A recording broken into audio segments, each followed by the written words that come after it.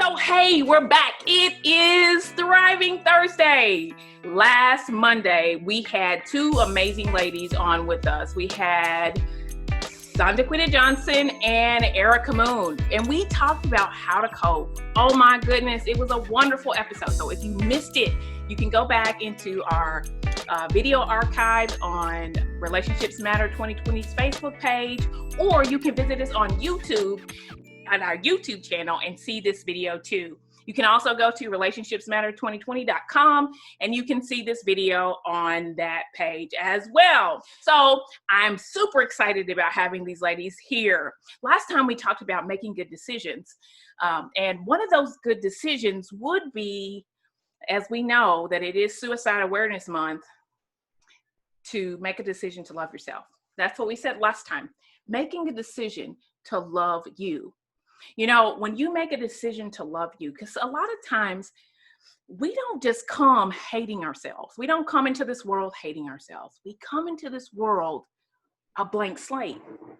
But you know, sometimes with our parents don't know. Sometimes our parents are unaware, fully aware of how their part plays such a valuable place in settling and establishing who we are as people. Sometimes they don't mean to. They say hurtful things, negative things that creates more self-doubt. So you got a blank slate starting out clean with negative words. And then as you grow up, those words build up and you got more self-doubt. Okay? So I want to say to you, make a decision to love yourself by saying positive things about you.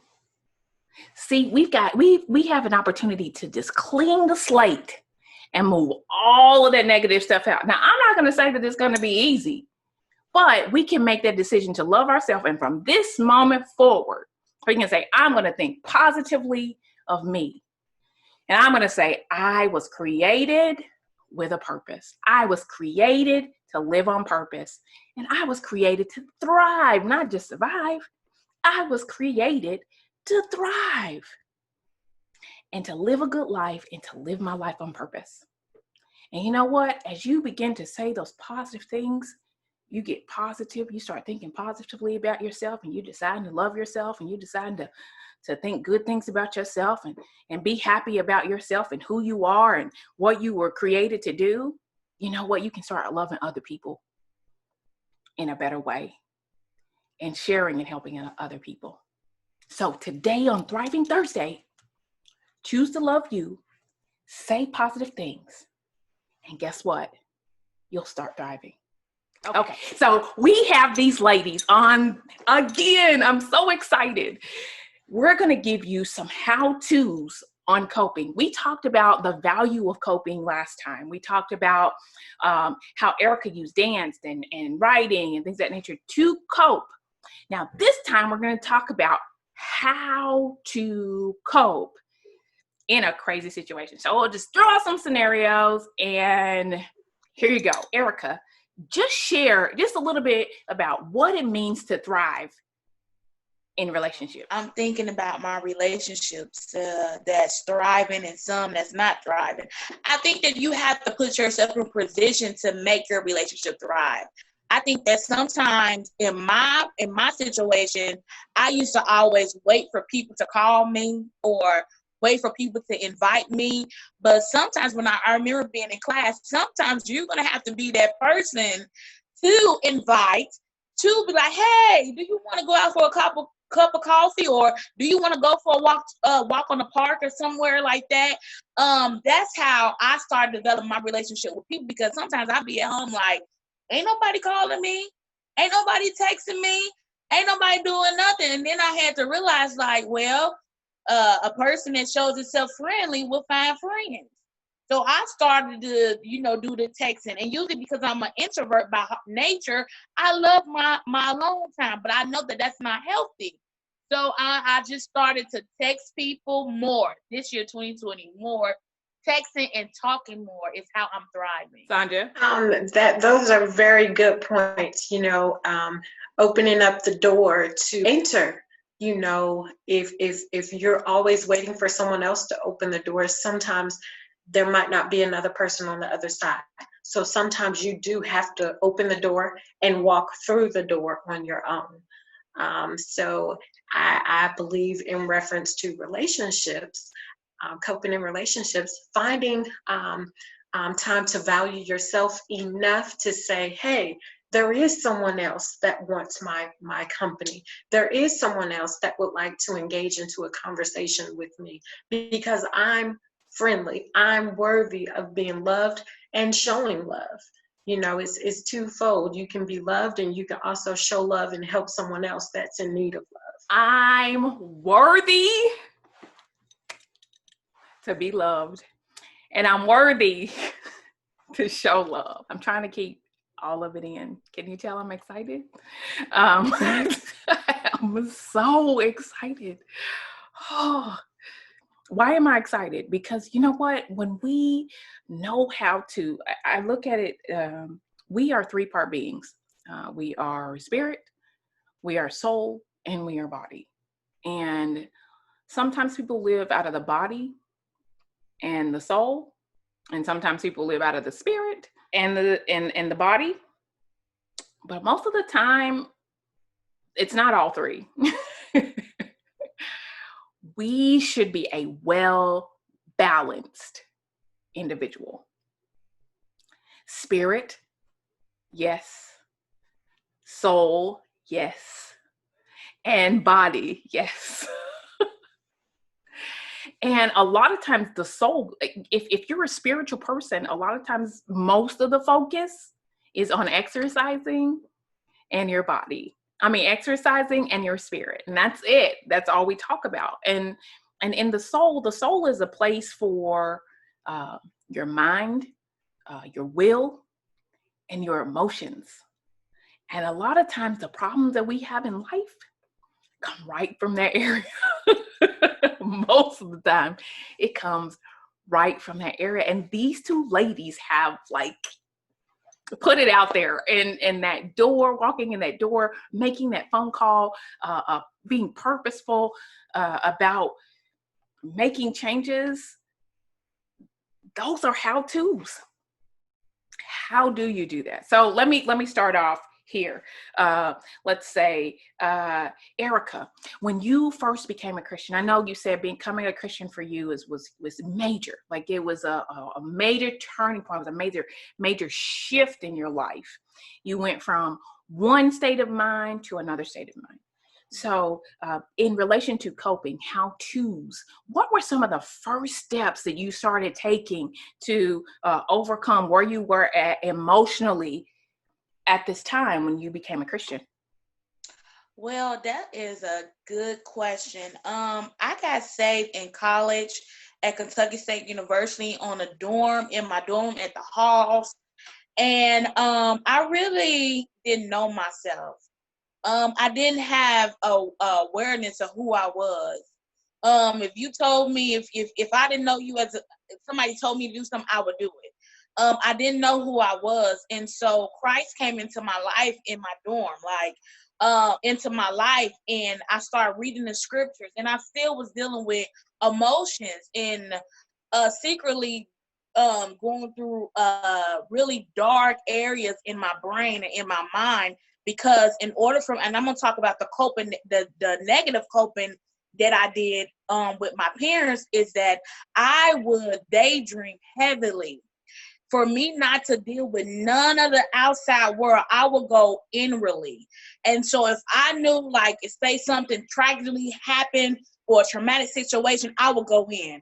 And people would not, like, I heard that from my mom, I heard that from my parents, my grandparents, like, everybody did not know that I was doing daydreaming.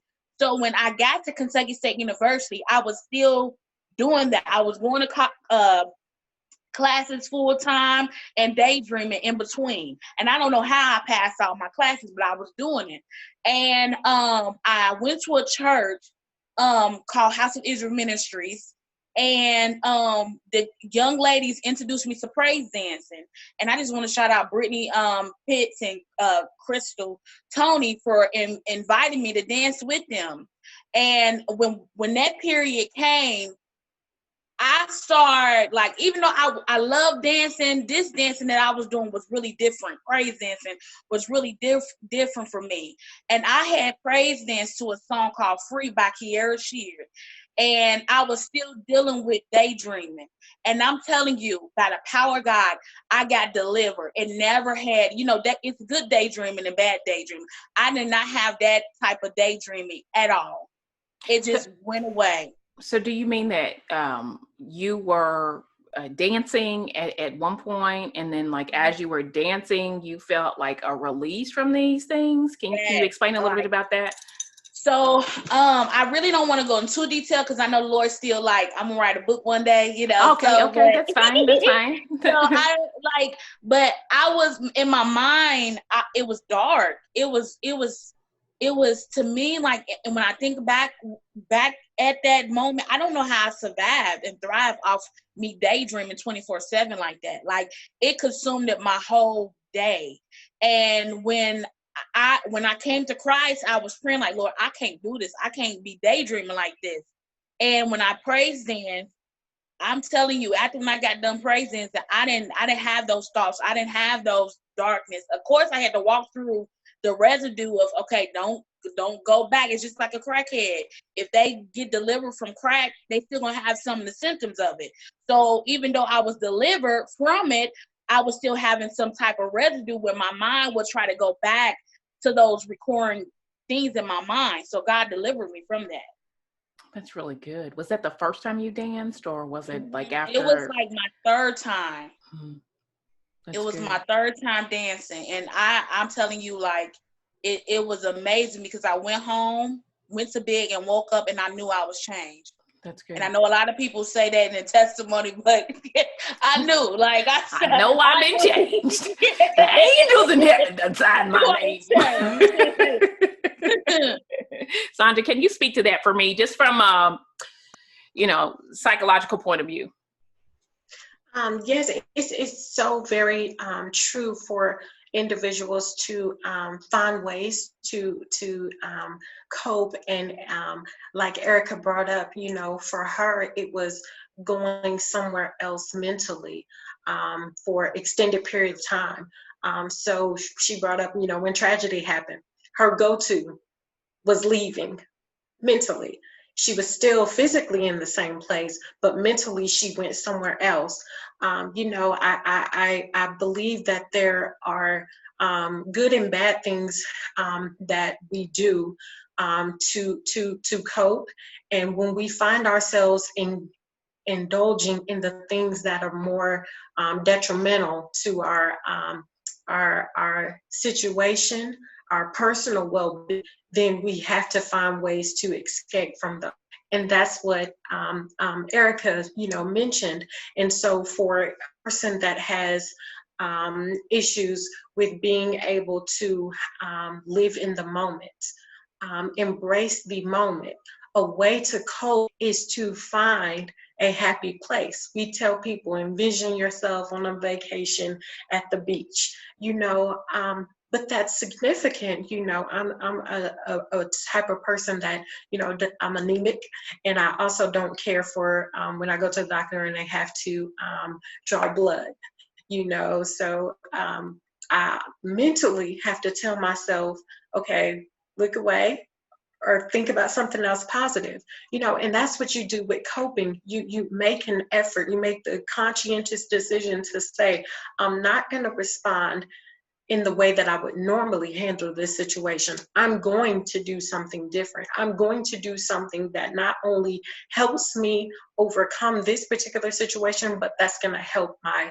mind, spirit, and my soul. Because when your mind is thinking right, your body will follow. And when your mind and body are connected, your soul and inner man become connected as well, as long as you're making the efforts to move in that right direction. So in order to cope, you start thinking mentally, those thoughts that will help you. I am loved. I'm valued, I'm significant, I have a place in society. You know, you brought up suicide awareness. All these things impact the mind. They're barriers to seeing yourself out of that situation. The majority of the people who decide to commit suicide, you know, it's not, I wish I was richer. I wish I had more. It's not an external thing, because we've learned over the years there have been millionaires who have committed suicide. You know, there have been people that have been in the limelight, you know, for an extended period of time, you know, the majority of their lives, and they still have not found happiness. They still have not found peace. So you have to work to tell yourself there is a purpose, there's a value, there is a reason why I am here, and I have something to give. It doesn't stop with the fact that I'm here and okay, that's it. You know, the thriving part is you're able to not only survive, but your thriving comes when you're able to continuously move forward in the direction that you need to go. And usually it entails bringing other people with you. You know, we're in this world for ourselves, but ultimately we're in this world to help someone else. You know, back to the religious premise, you know, that I have found a strong connection with. You know, in the scripture, God, for whatever reason, said it was not good for man to be alone. And, you know, there's a lot of different, you know, interpretations of that. But when you look at the core, you know, the majority of people, even if they're not in a relationship, they still desire to have someone to connect with. And if they do not desire an actual person, you know, there are people that connect with dogs. You know, there's studies to show, you know, people that mature in age, you know, if they have a pet, they tend to live longer. There's someone else they can give of themselves, they can love, they can, you know, make sure their needs are met. And I think that all, you know, relates to any relationship, and also how we cope. You know, finding that connection with other people is important. So the isolation, it's okay for a certain period of time, but every so often you got to come out of your comfort zone and connect with other people. Wow. I am about to just I'm about to just jump out of my seat right now, because it is very important that we connect with other people. I was looking at something, this video today or earlier, that was last weekend, and this lady said, she said, you know, a lot of women look or connect with men or connect in a sexual relationship, or think that connection comes from a sexual relationship. But connection doesn't come necessarily from a sexual relationship. It comes from somebody knowing you and loving you for who you are.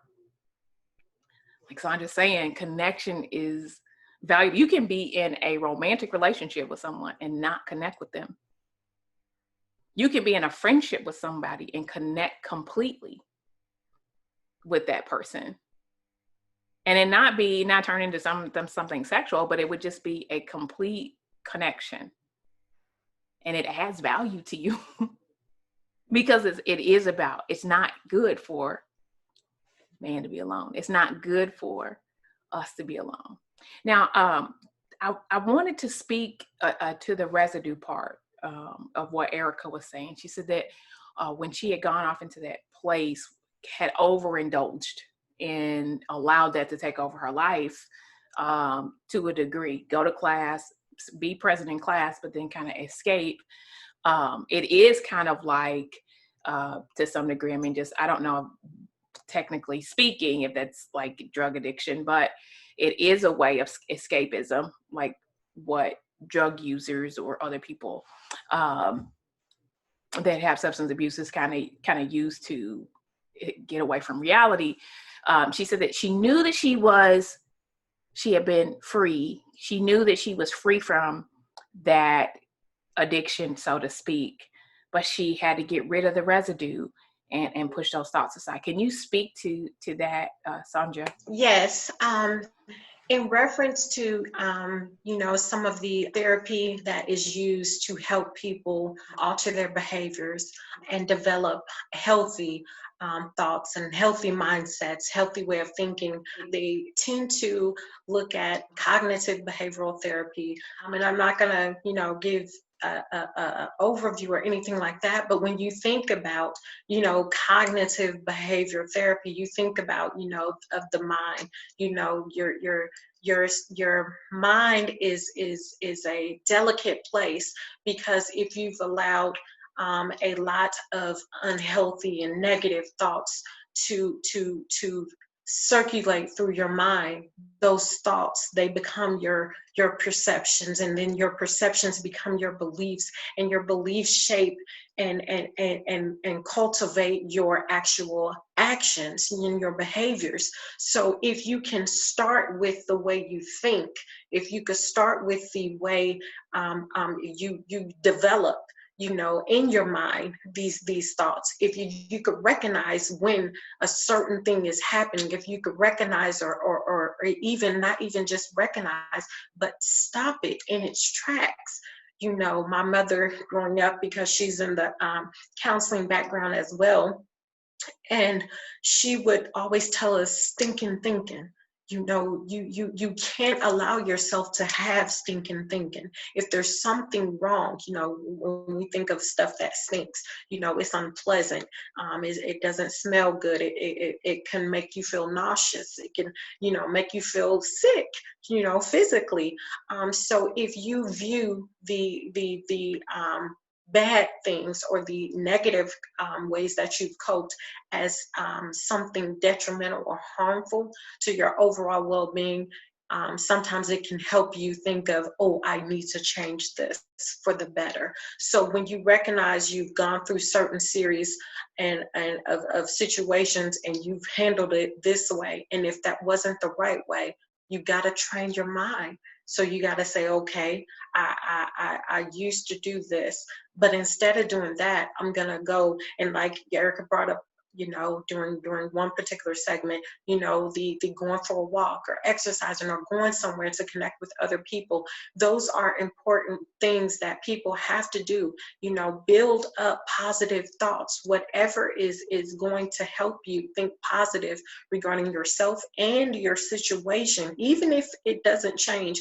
But if you can have a positive outlook, on the other side of this situation is a ray of sunshine. There is hope still, even though I'm feeling hopeless at this moment. It will not always stay in this particular way. It will not always go through this particular thing. I remember, every time I was in the delivery room, I had natural deliveries for my girls. 100% natural. It was by choice. But whenever I went through, my husband would always tell me, he would say, there's an end to your pain. And if I get through, get to the other side, there's this beautiful life that's waiting, to be embraced by me. And if you train your mind to view the situation like that, yes, this is bad. Yes, this is harmful. Yes, this took me by surprise, but it's not the end. There's more to this journey. There's more to this life. There's something greater that I have to do. And when you train your mind to do that, you will go through, but what you're going through won't take a full toll over you, or you won't physically look like what you're going through. There's some people that said, I should have, lost my mind because of all the issues I've had to endure, all the trauma I've had to deal with. But somehow you found a way to think that there must be better for me. There's a way for me to survive and get through it and help someone else because of my situation. I'm not happy about, whatever I had to experience, but with the experience, I learned ABC. And because I learned ABC, I can move on and help someone else that's, stuck on that particular level, to help them come up as well. That's very good. Ericka, I remember you saying at one point in time that, you had kind of gone through just emotions. Your grandmother was a major influence for you, and she had told you kind of what to do, as a career. She thought that was a good thing for you. And I remember you saying, I listened to this, like I've listened to it a couple of times, where you said, I had to make a decision. Like I didn't even want to do that anymore. I had a degree in an area that I wasn't even interested in. Mm-hmm. And you had gone 5 years. I mean, 4 years, 5 years. You had gone 5 years, and you were like, I'm done. I don't want to do this anymore. And then you took a step and made some different choices. Once you kind of went through the whole, when you got free from the praise dance, was that kind of the beginning of when you started to look at your life and make some changes to take your decision-making power back? Well, after when God, it's just thinking about it, I'm thankful. When I started the praise dance journey, my mind wasn't, okay, I'm going to minister to different churches. It was just something for fun as a hobby, right? So when people start calling me from different places in Kentucky to praise dance, I'm like, I'm not a professional praise dancer. So that journey led me to Rhema almost. I think that's when I started feeling myself. I began to feel my heartbeat for myself. I began to feel my emotions. I began to feel that I had a voice and that I didn't have to be the girl in the lunchroom on the side where people will pick on, because I got picked on a lot. So when I got picked on, that made me be quiet. So now, as I'm maturing in the things of myself, when I came to Rhema, I wanted to make sure it was God telling me to come to Rhema, because I had a mentor and she prayed over me. She said, God said that you need to go to Rhema. So I said, okay, God said I need to go to Rhema, but I'm going to make sure that God is telling me to go to Rhema.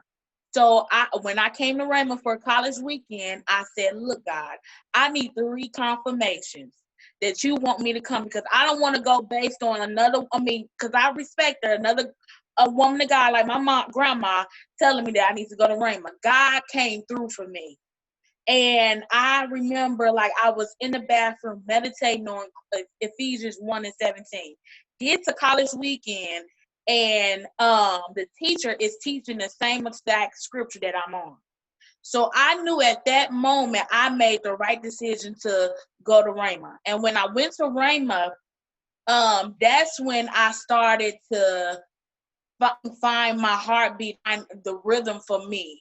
And people telling me, come over here, girl. What's your name, Ericka? I was like, yeah, I'm Ericka. So that's when I started, when I got to Rhema, is when I started finding my own rhythm of what God was calling me to do. So let me read Ephesians 1:17. It says, I pray that the Father of glory, the God of our Lord Jesus Christ, would impart to you the riches of the spirit of wisdom and the spirit of revelation, to know him through your deepening intimacy with him. So that was something that you were studying, and it came back. I wanted to know my purpose. Yeah. I wanted to know why I was here, because I was watching everybody else fulfill what I thought that was their purpose. I didn't come from a family where they was like, well, my grandma did tell me to go to college, but nobody taught me how to listen on the inside of me to figure out what I wanted to do. So when I came to Rhema, it literally transformed my life to tell me that I have a voice, that I can do whatever I put my mind to, that I knew I had to, I could do whatever, but it literally transformed the way how I thought of myself. Yeah. I used to walk around with my head held low. I just felt like I didn't fit in nowhere. And now that I know that God has called me as a preacher and has allowed me to be in my purpose, I'm on fire. I'm on fire. Can't nobody tell me that God ain't called me. I'm ready, Lord. Let me back up. You know, I just kind of want to kind of break that down just a little bit for those of you that are not necessarily faith followers or don't really understand that language. We all you've heard of intuition, right? You've heard of hearing from a spirit guide on the inside, or kind of having a premonition. So these are all the same. This is the same language. So she wanted to know inwardly what she was supposed to do, not outside influence. She did go to a spiritual guide, like many people do. She went to a spiritual guide to get some guidance, and that spiritual guide said, "Hey, I think this is what you're supposed to do." And then once she was like, "Okay, that's great, but I got to know for me. I need that assurance inside me." You know, you don't know, you don't know that you're sure until you're sure. Let me say that one more time. You don't know that you're sure until you're sure. I wasn't confident until I was confident. Now, what am I saying? I can try to be confident. I can think about being confident. I can say I'm confident, but until confidence kicks in, I'm not confident. But knowing on the inside, knowing your purpose on the inside, way down deep on the inside, that gives you a reassurance. So that's why we're talking about coping. Because you know what? If you have bad coping habits, those bad coping habits breed bad thoughts and bad direction and bad purpose, right? You don't get to be the benefit and the hope and the influence that you were purposed to be. That's what we're talking about. That's why we're even having this conversation, right? You know, it wasn't until I learned some things like on how to cope positively that I stopped doing the negative stuff that I hated, right? So I remember because like when I was a kid, you know, people do stuff. I mean, I would do stuff and then I get hollered at, you know, like screaming. I remember ducking from a house shoe coming in my head. I don't know if anybody else has had that experience. Ooh, you know, anyway, I would duck and dodge and I heard some negative things, right? So when I started having kids, what's my first reaction? Well, I know to cope with what's going on, my first instinctual habit is to yell, right? But it wasn't until I saw somebody else being upset and talk to their kids positively and to cope with their anger during that time when they saw their kids do something that they didn't like, they coped with their anger and then dealt with the situation, that I learned how to cope with my anger and deal with the situation. And that's what Ericka's saying. She was like, I had to cope with escaping. I had to cope with the negative things that I was doing before I could make positive decisions and walk with my head up and know my purpose and know my destiny. I am so excited about this, but you know what? We are out of time. Once more, I know, right? It's like once you get into it, it's like, oh, we're over. But I'm gonna tell you something. I love these two women. Like, I love them a lot. And they are very educated women. They are, both of them have the master's degree, working on higher education degrees. I am so privileged and honored to know the both of you. I'm so grateful that we are all friends. Well, I mean, they don't really know each other, but I'm grateful that I'm friends with the both of you. And hopefully y'all can be friends now. So grateful. But we are going to close out. Give me 30 seconds of the last word, anything that you can share about how-tos on coping. Ericka, I'm going to start with you. Write and embrace you. Don't worry about what other people are doing. Don't compare yourself. Embrace being you. Enjoy the moment and write. Keep writing and keep finding that hobby that you love. Sonja? Okay, I would piggyback off of Ericka, definitely write and find a hobby, something of great interest to you, to engage in that on a regular basis. And then also to speak those affirmations, whatever you feel about yourself, if it's something negative, find the exact opposite of that, or the positive, excuse me, correlation to that. If you are thinking that, you're not loved, you're thinking that you're never going to get out of this situation, tell yourself you're loved. Tell yourself you will, overcome this situation. Like I mentioned, connect with other people. There are different groups out there. Attach yourselves to different things in the community that you reside in. And if there's nothing there, then look to the virtual platforms. If you cannot find something directly in your community, there are groups for people that are, surviving even after a loss or illness, or just being abused, whatever trauma you've experienced, whatever situation you've had to face. There are different organizations that are out there.